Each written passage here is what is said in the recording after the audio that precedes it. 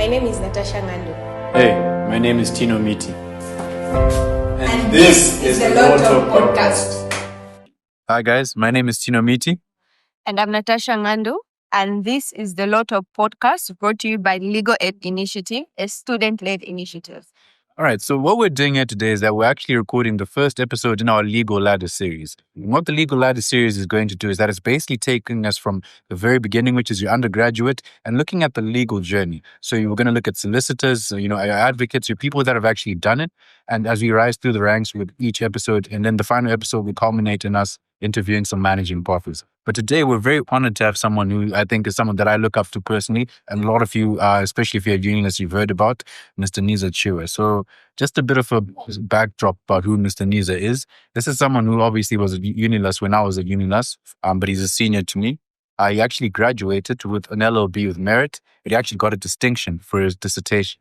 And recently, he's actually just cleared ZIALE at first attempt. So this is someone, obviously, we can all look up to and gain some sort of perspective from and some general advice from. So, Mr. NIZA, we're very actually grateful to have you. It's a pleasure. Right. So just starting off, Mr. NIZA, maybe you can start by telling us about your time at unionism. What do you think was a defining moment in your law journey? So to start with, I'd like to appreciate you people for inviting me here. I count it a great privilege. So my defining moment at the University of LUSAKA was actually in second year, because I was coming from a background where I don't like talking. Yeah, I don't like talking. So in my second year, there was an advertisement for a family law moot competition, of which I participated in that family law moot competition. And surprisingly, whereby you're mooting against people that answer questions in class, and you're not known, know. But surprisingly, I was actually voted as the best speaker. Yeah, so for me, I would actually put that moment as the defining moment of my law school, actually, because it was after that moment that's when actually my journey of law school actually started from. That is interesting. Or maybe we should change your name. We should also start referring you to Mr. Best. The best speaker. Okay, Mr. Best Speaker, what's one thing you wish you knew before starting law school? Well, I feel like one thing that I knew that I would have known before starting law school is, I think knowing that there's too much workload in law school, okay? Because, there's too much reading of cases. I remember one case that I found to be very long was the Shamwana case. Shamwana case? Yes, Shamwana. The Shamwana case was too long, and to be honest, I've never read the Shamwana case. Like, honestly, I've never read it in full. Most of the time, if I would just go to maybe an area that I want to look at, because obviously it has a lot of legal principles. Exactly. So I feel like if I had known that there's a lot of reading in law school, maybe I might not have even gone into law school. Yeah. Yeah. That's interesting, especially when you talk about, going into law school, which actually makes me think, and to actually ask the question, what do you think motivated you to study law at UniLUS? Yeah? In particular focus on southern law. Okay. I don't like lying. I like to be honest. Yeah. I never wanted to do law. Yeah. Okay. It was never part of my plans. Yeah. Actually, I wanted to do economics. Yeah, because I was very good at math. So I wanted to actually pursue that. Then I had a conversation with my dad. Yeah. He advised me if I could if I could actually do law. You know what I mean? But it wasn't really a forcing matter. He told me to think about it and pray about it. After I thought about it, I asked people that have gone ahead of me that I could identify, Then I decided, let me do law. Okay? So I feel like my decision also came from the fact that, in my secondary school, I used to argue a lot. Yeah? I used to argue a lot, and I remember most of my friends that would actually encourage me to pursue law.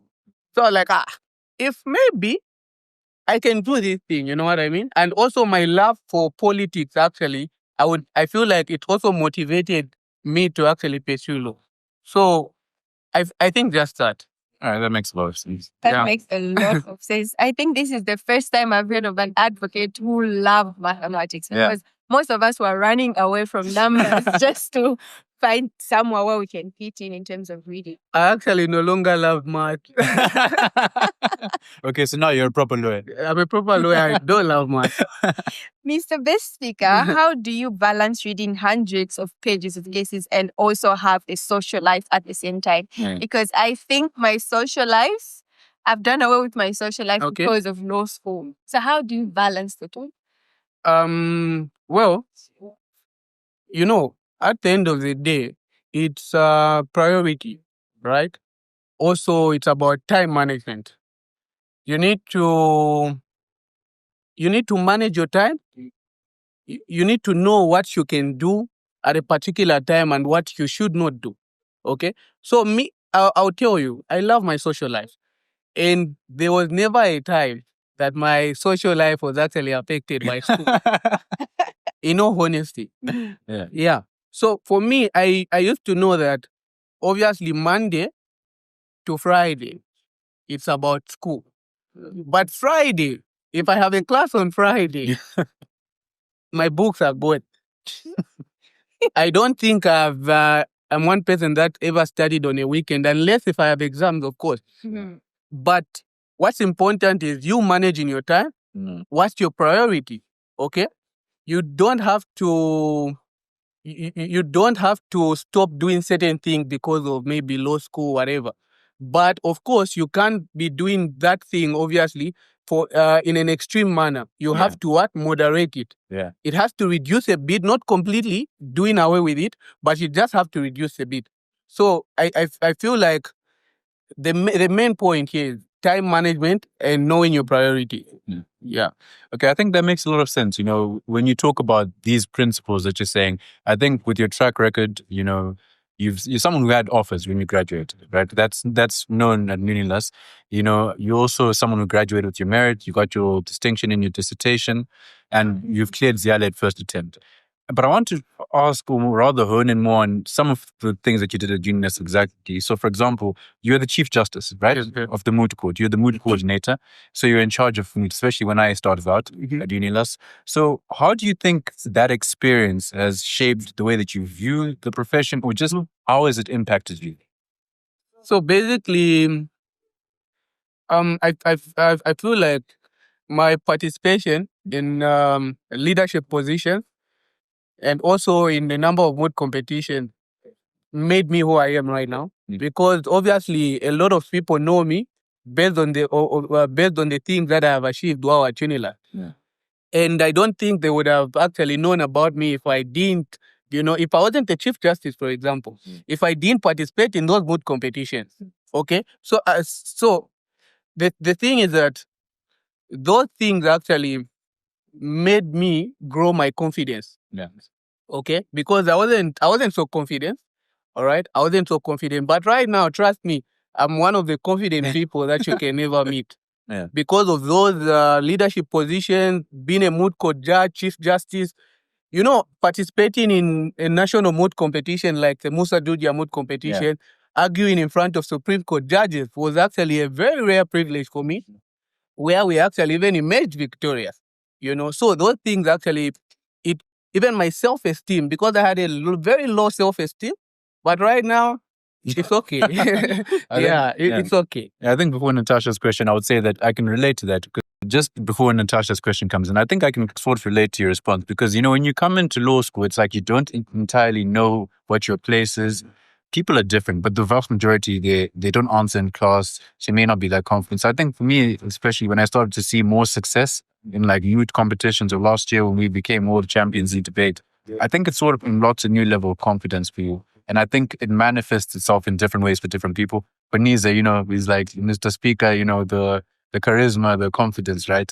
For me, it's just like, I now don't really care what people think of me at law school. I just know I'm Timo me, So I think it manifests itself in different ways for different people already. So I think that was quite insightful, that what was shared. I think my story is quite different from yours. I feel like I was very confident when I was in like high school, but once I came to university, it was more like a different ballgame because now I was so scared to answer in class, and that was something that I wasn't used to. I think maybe it was because there were a lot of people, and also the fact that you know there'll always be other people that you think, oh no, this person is way smarter than me. If I was to ask this question, they would think, okay, why is she even asking this question? So it was more like a different ballgame. But I think I'm learning to adjust. Okay. Yes.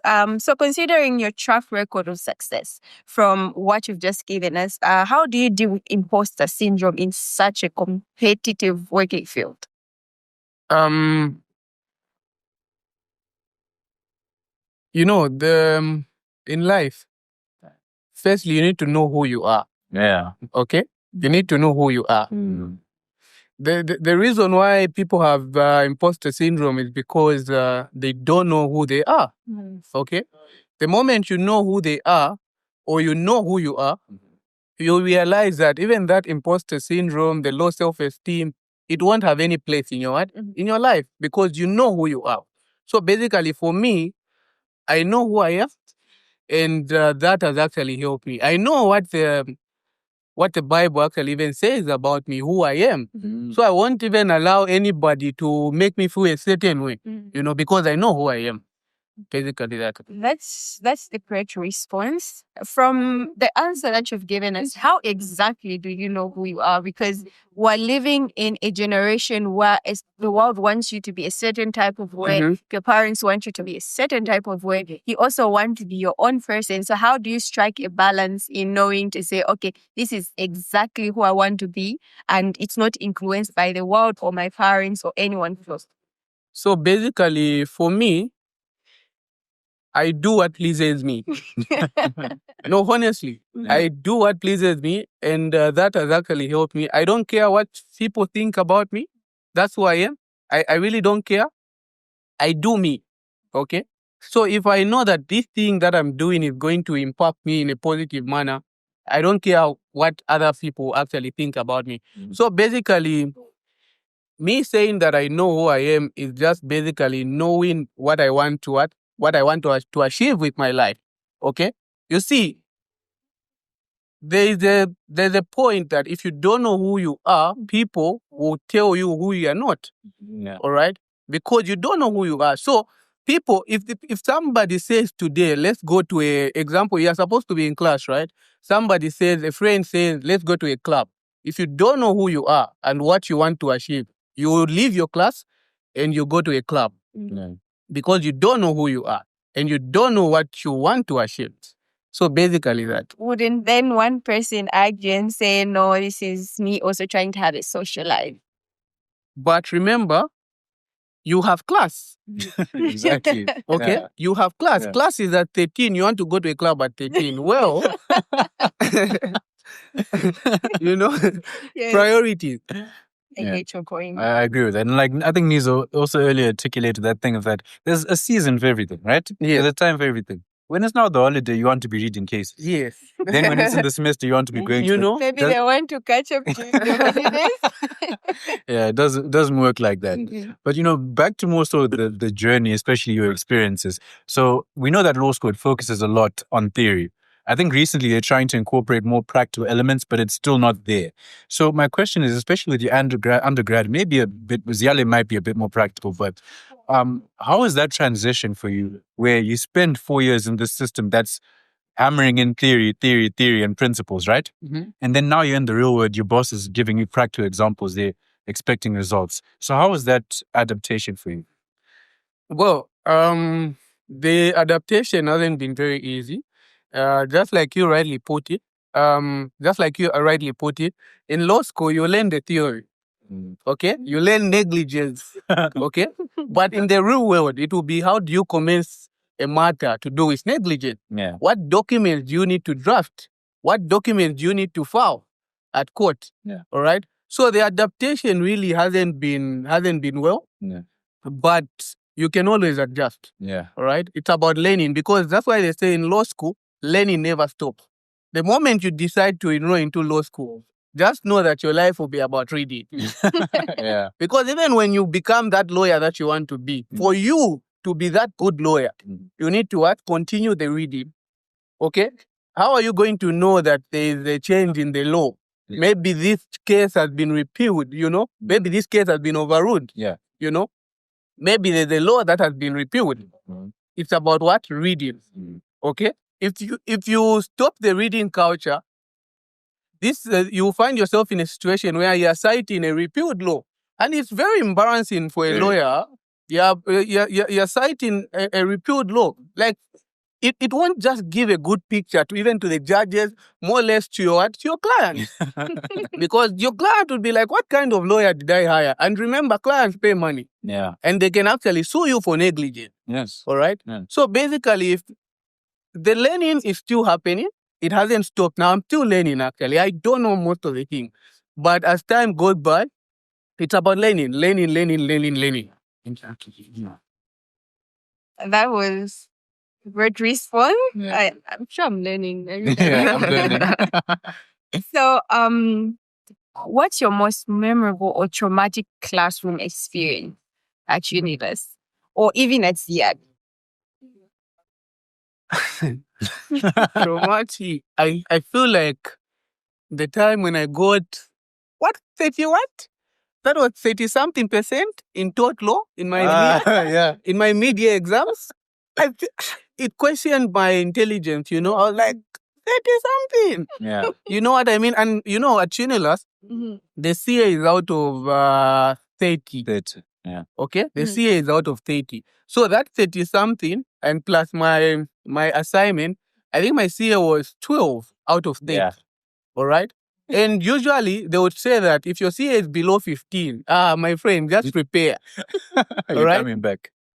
And I studied like a madman for that course. Yeah. And I actually cleared with a B+, Exact same So I feel like when they were actually giving out those scripts in class, I was like, is it my paper? I actually just got it and put it in just folded it and put it in my pocket because, it was so embarrassing, yeah. I think I can relate to that. Yeah, with because, taught. Yeah. for me, it was evidence law. Okay, I think I yeah. got 1 out of 25. Wow. Yeah. And I immediately called my mom. I told her, I have gotten 1 out of 25. She said, no, you're lying. I said, yes, it's a 1 out of 25. And it was so embarrassing. But the most comforting part was the fact that almost 90% of the class got 1. Yeah, for me, it was basically taught as well last year. Yeah, so I had to work. When I say it was like 13 out of 30, but I also got a B+ in the end. You have to pull up your socks. Yeah, exactly. Yeah. So I think moving now on to the issue of ZIALE. People, when they hear that, they start to shake for obvious reasons. I think it's become almost like a mythical challenge that people are like, hey, ZIALE, can I do it? But you're one of the people that have actually managed to clear on first attempt. So congratulations first. Thank you very much. But I just want to ask, what do you think, before we get into the methods of how you actually got through it, but what were some of the impacts that it had on you, like emotionally, mentally, because it's very draining, even physically, because you have to study odd hours. ZIALE is draining. ZIALE. I just remember things about ZIALE. I'm like, wow. Because it would drain you emotionally, financially, But I feel like at the end of the day, it's about it's about doing what pleases you, Yeah. I'll tell you, when we were starting out at ZIALE, the first lecture that we had for subcode, subordinate code civil procedure, the lecturer, the judge, actually told us that the fact that you're here at ZIALE doesn't mean you should stop going to church. If you go to church, continue going to church. If you drink, continue drinking.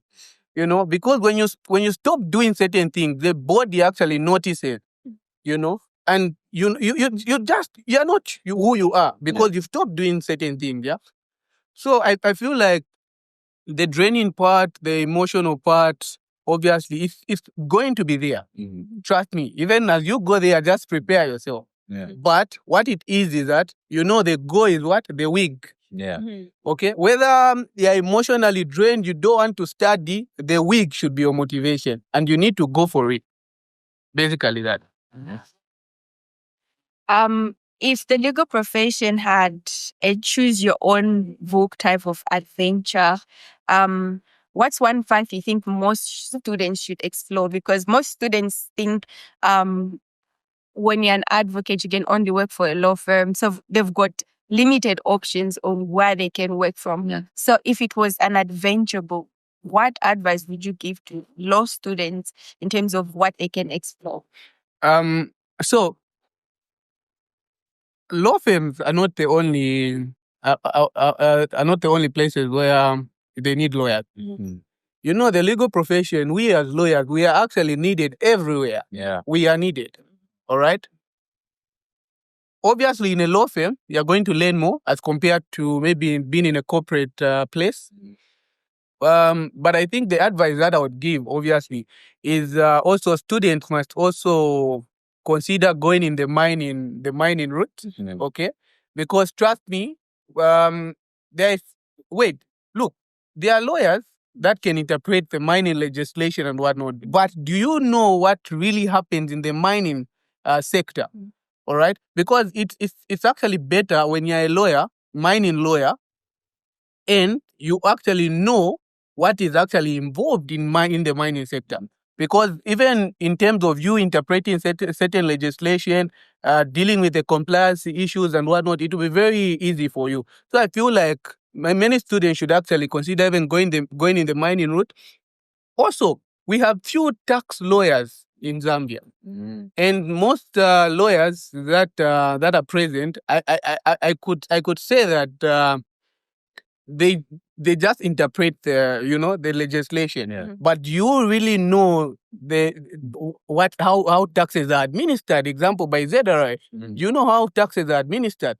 Do you know what goes on in the background that side? So I feel like if you, by the way, mining and doing tax related issues, there's money, guys.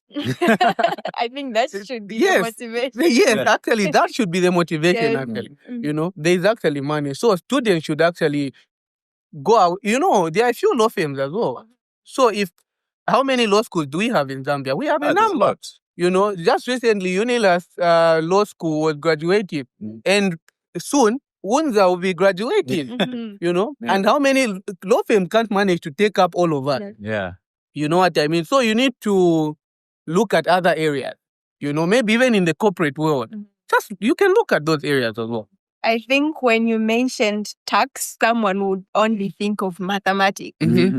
So does it involve a lot of numbers, calculating when you're a tax lawyer? Well, there's obviously there's math, but it's not much. But there's math. Okay, because obviously tax-related matters is about the law, the principles. The taxpayers obviously pay money as well, so there's money involved. Okay, most cases have actually come from the money issues. Okay, yeah. So there's a bit of math. So if you don't like math, you just have to bend a bit. You like it a bit. You like it a bit? Yes. All right. I mean, seeing as that you're now attached to ZIALE, what do you think is your experience so far? Because I've been following along sort of like your progress, obviously. But what do you think your experience has sort of taught you and opened your eyes up to as it pertains to what's out there for a young lawyer? Besides working for a law firm, your experience, what has it taught you that, okay, this is an avenue for me, and that can also be an avenue for me? Well, so far, I can say I can't complain really. I'm actually enjoying my life after ZIALE. Things have been moving well for me, like you've rightly put it, and I owe it to God actually. I owe it to God. Life is about opening up your mind. You don't have to close yourself. Like maybe me, I can only work for a law firm. By the way, I'm not in the legal department of ZIALE. I'm actually doing things contrary to the legal. No. I don't remember the last time I read a case. Okay, but I'm a lawyer. Yeah. So the issues that I'm dealing with is tax-related matters, not the legal side and whatnot. So basically, you need to open up yourself. You adjust to what you like. I'm sure you can attest to the fact that I love to be a lawyer. Yeah. I like to do my law thing. And even now, I'm like, I really need to argue a case after admission to the bar. You know what I mean? And definitely I will. Because the fact that I'm not in the legal department doesn't mean that I should bury my practicing certificate or my law degree and whatnot. I am still a lawyer. I need to continue on that path. But it's about opening up for what new opportunities. For example, if you receive an offer, maybe in compliance department, do you know that a lawyer, you can do compliance issues? Yeah. You know? Yeah. But many of us think that it's about law firms arguing a case. Lawyering is not only about arguing cases. We've got lawyers actually who don't even go to court, but they're actually doing fine. Mm-hmm. So I feel like it's about opening up your mind to new opportunities. That's it. Okay. Yeah, I think that's part of the reason why we felt that you're the perfect first guest, because your experience has been very diverse and it's not the beaten path. You know what I mean? Yes. It's not the path that everyone chooses to go, but it's also in a good way. So I think it can open up the minds of a lot of people to that, okay, there's a lot of things out there for us as law students. So my next question, back to this ZIALE thing, as being someone that cleared on first attempt, I'm going to keep saying it because I think it's something that should always be said. It's a massive achievement. What do you think separates those who manage to do that from those who don't, besides obviously studying hard? Because that's not enough. You can be studying hard, but you're studying the wrong thing. So what do you think it is that separates those that get to do it? To be honest, I don't know. Okay? I really don't know. Because, when you're at ZIALE, you have different circumstances that happen to people. Yeah. All right? In as much as I cleared on first attempt, I know of people who are actually smarter than me that did not make it on first attempt. All right? So I can't say that maybe there's something that I did that separated me from them. I feel like ZIALE is kind of spiritual. For real. Like, even the people that you least expect to clear on first attempt, they usually clear, So I feel like sometimes it just happens like, oh, you've cleared on first attempt. Yeah. Okay? Because for me, I'll tell you, I knew it. All right? I knew it. Because, firstly, I used to study smart. I don't like studying hard. Yeah. I study smart. And I knew each and every lecturer, like knowing their mind. What they want. Yes, what they want, by reading the revision kits, reading the right material as well. So I feel like maybe that can separate, but there are people that do that, but they haven't cleared. That's why I said sometimes it's about, it's spiritual. You don't know what happened, Yeah, but basically for me, I knew that I was actually going to clear on first attempt. In my mid-year, I actually failed one course out of the 11. I failed ethics. And I remember having a conversation with my supervisor at my previous law firm where I was working. She was like, NIZA, you're failing ethics. We already know the kind of lawyer you will be. Yeah, we already know that the kind of lawyer you will be. I was like, no, I don't know what happened because it was actually very easy. And I got like a 45%. Yeah, but going to the final, I really studied it. And I remember when the final exam came, because it's a first head, they call them head one, it was hard. Yeah. Harder than the mid-year. And in my head, I was like, if I failed the easier one, am I going to pass the hard one? Yeah. But I remember, because I'm one person that believes in God, I prayed, like I almost cried when I was writing that paper, but I prayed to God that, God, I need to pass this course.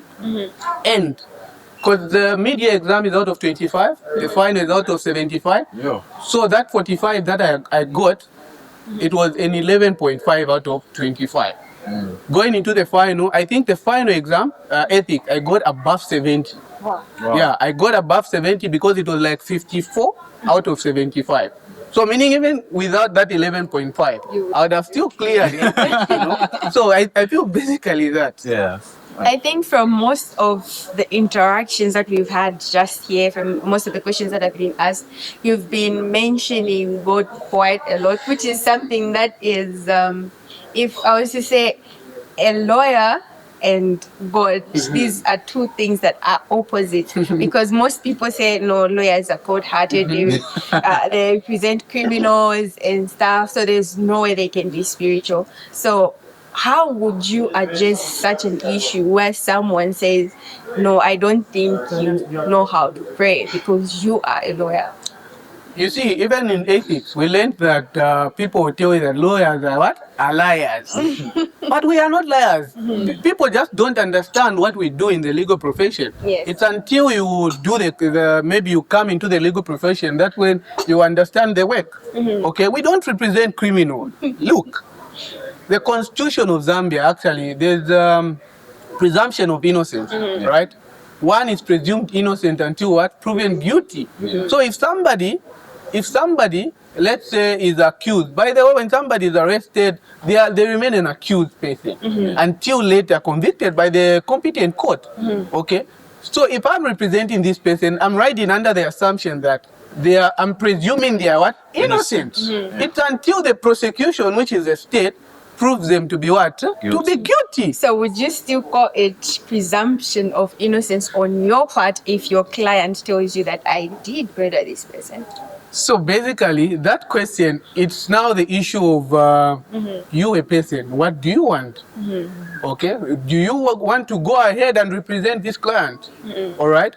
But basically, the right thing to do, if a client tells you that they murdered a person, the right thing to do as a lawyer, based on what we were taught at ZIALE, is to what? Withdraw yourself because of what? Ethics issues. You withdraw yourself from the case.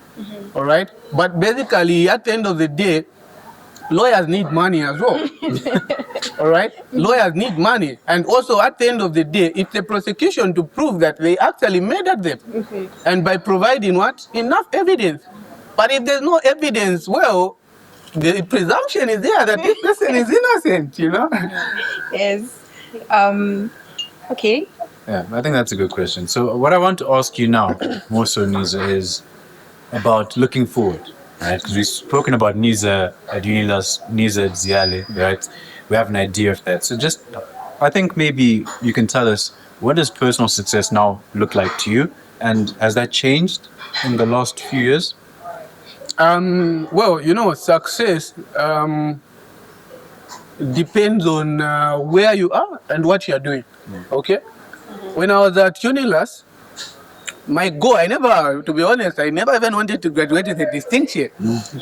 I never even looked forward to it. I was like, I have a life outside law school.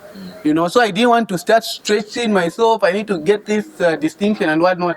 For me, the goal was a merit. Yeah. I only realized in my 4.2 that, so if I had told myself that I was going to get a distinction, I would have actually gotten it because I missed the distinction by 4. Yeah. All right. So now, if I had told myself that I want to graduate with a distinction, I would have gotten it. All right. So basically, success then was that I want to graduate with a what? With a merit. That was success for me.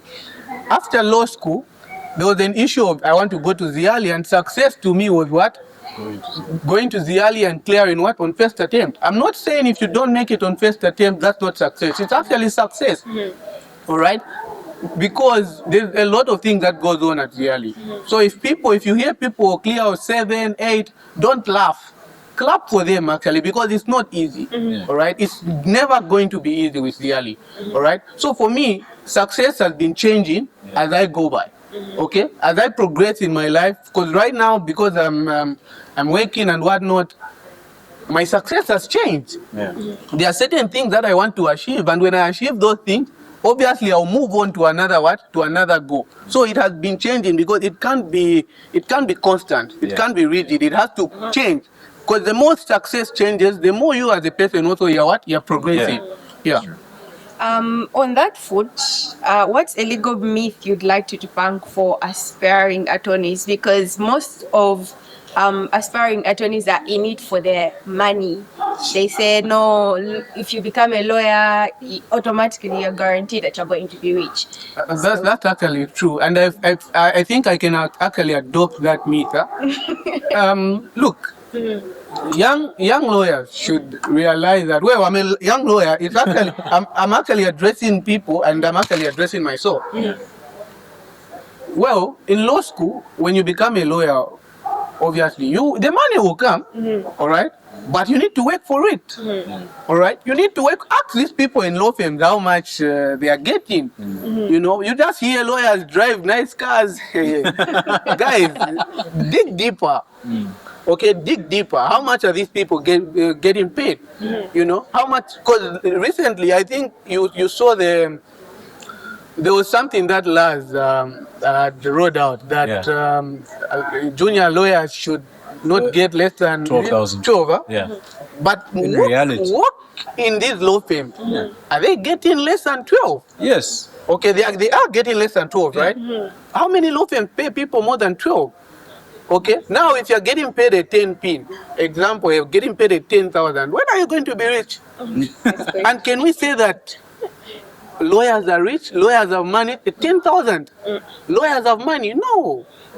So, lawyers, young lawyers should know that if they are in it for the money, I'll tell you what my former conveyancing lecturer at Unilas, Mr. Tanzana, what he told us. He said, money will come, but you need to wait a little bit before it comes. You need to work your way to money.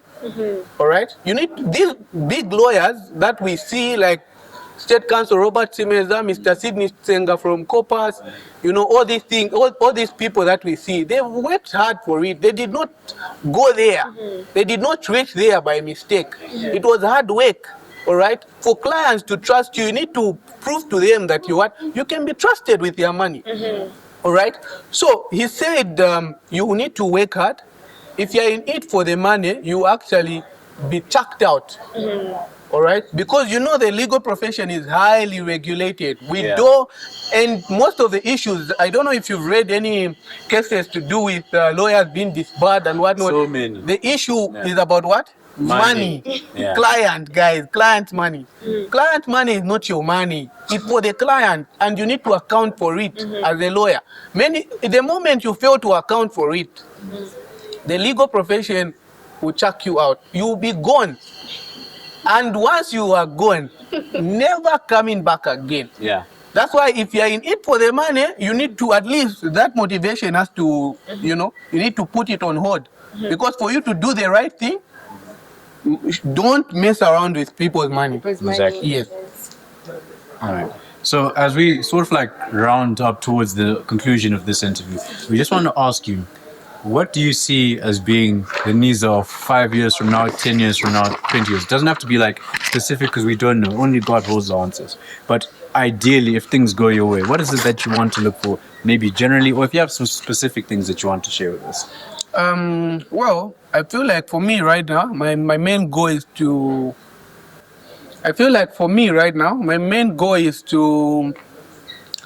develop myself career-wise. Yeah. All right? Yes, I've cleared ZIALE on my first attempt, but law firms don't care. Or workplaces don't care whether you cleared on first attempt or not. What matters is, are you able to do the work? All right?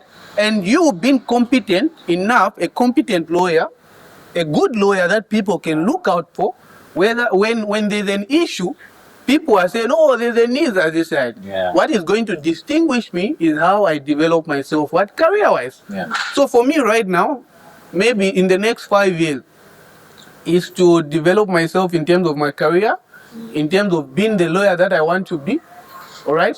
Also, at my workplace, obviously, to also work hard, okay, to ensure that maybe 5 years, I'm not even on the same position that I am currently on, because if you are going to be constant on the same position, there's no progress.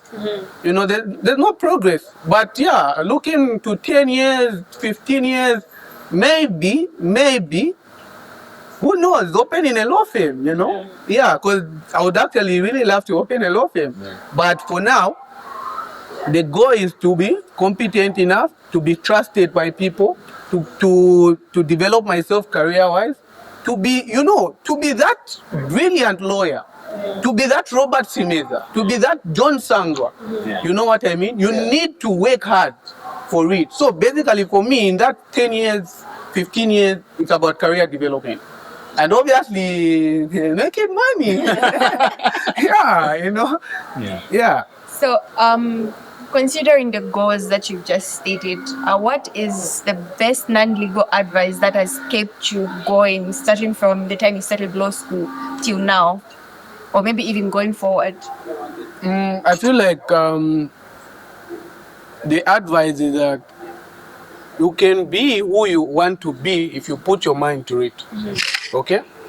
That should be your motivation in life, not just in law school, whatever you do. You can be who you want to be. You can do what you want to do if you put your mind to it. Do not be afraid of doing the right thing. Okay? If you want to, do not be afraid. You know, I remember one of my pastors said that that thing you're afraid of is also afraid of you. Yeah. Okay? Honestly, it's also afraid of you. You're afraid of a dog, but if you, example, there are some dogs whereby you're afraid of it, but the moment you reach closer to it, it also runs. You know? So basically, my best advice is you can be who you want to be as long as you put your mind to it. I think that's a great piece of advice because most of us are scared of the unknown. Yeah. You're just scared, you haven't tried. Just because somebody else said, no, at ZIALE, there's no way someone can pass at first attempt, doesn't mean there are people who cannot pass at first attempt. So if you put your mind to it, I think it's achievable because we have a living example of you clearing on first attempt, which is something that most people are scared of. Because I've had someone inbox me and ask me, when do you plan on going to ZIALE? I want to start law school, but then I'm scared of ZIALE. Is it possible for me to just start working without going to ZIALE? I think that's motivating. Just to add on, you know that one of the reasons why I never wanted to do law, why it didn't even come to my mind, was because I was afraid of ZIALE. I was like, ZIALE, where people two people clear? Am I going to clear? But here I am, I did it. All right? But also, just to mention, it's not about clearing on first attempt at the end of the day. All right? Yes, it's nice. It's a great feeling, and no one will ever take away from it. From you. But I also feel like it's about also learning. Have you learned enough at ZIALE? Do you know that the great lawyers actually never even cleared on first attempt? Okay, the great lawyers never cleared on first attempt. So the first attempt thing is just nice there and then. Okay, but what are you going to do with it? Yes, it's nice, like I've said, and yeah, everyone wants to clear on first attempt. Everyone wants to clear on first attempt and whatnot, but the goal will be, what am I learning from ZIALE? Are you, for example, I clear on first attempt, somebody gives me, okay, there's this issue. Sort it out. Am I able to sort it out? Yeah. Okay, so it will just be a name that, he cleared on first attempt, but I'm not able to do anything. You know, basically that. I think I saw something on Facebook that was yesterday. It was more like a story where a student was sleeping in class and the lecturer wrote something on the board stating that these are problems that have never been solved by mathematicians to date. And when the person woke up, he didn't get the part where the lecturer was saying these are problems that have never been solved even by great mathematicians. So when he went home, he tried all he could, and he went back to class and told the lecturer to say, I found one, I answered one, though I could not answer the other one, I answered one of the questions. And then the lecturer said, these are questions that have never been answered by mathematicians. So I feel like most people can clear ZIALE. It's just that before even attempting to clear ZIALE, they listen to what people say. It's hard. I feel like if that student knew to say, these have never been solved, he wouldn't have attempted. That's true. Because he would have been scared. Yeah, that's right. Yes, that's it. No, I agree with you, actually.